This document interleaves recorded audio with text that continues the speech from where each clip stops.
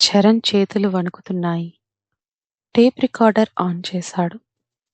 ఠక్ అని శబ్దం వచ్చింది. పాట మొదలయింది.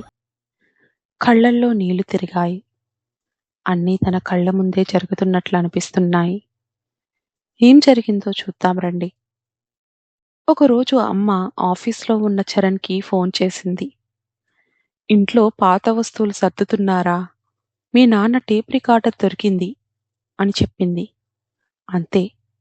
అది విన్న చరణ్ ఒక్కసారిగా నిశ్శబ్దంగా ఉండిపోయాడు. చరణ్కి తన చిన్ననాటి జ్ఞాపకాలు అన్నీ ఒక్కసారిగా రివైండ్ అవుతున్నాయి. వెంటనే ఇంటికి బయలుదేరాడు. అది 1996వ సంవత్సరం. ఆదివారం సాయంత్రం 6 గంటలు.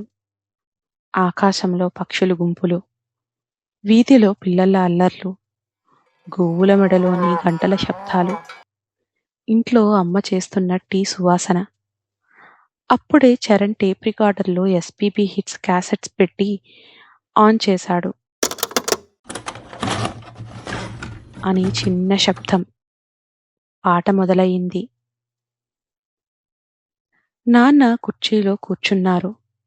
అమ్మ టీ ఇస్తుంది. నేను నేల మీద పడుకొని పాట వింటున్నాను. ఆ కొంచెం సేపటికే కరెంటు పోయింది. అయ్యో అని అరిచాను. అప్పుడు నాన్న నవ్వుతూ, పాట ఆగదురా, మనసులో ప్లే అవుతూ ఉంటుంది అన్నారు. ఇవన్నీ తలుచుకుంటూ ఇంటికి వచ్చాడు చరణ్.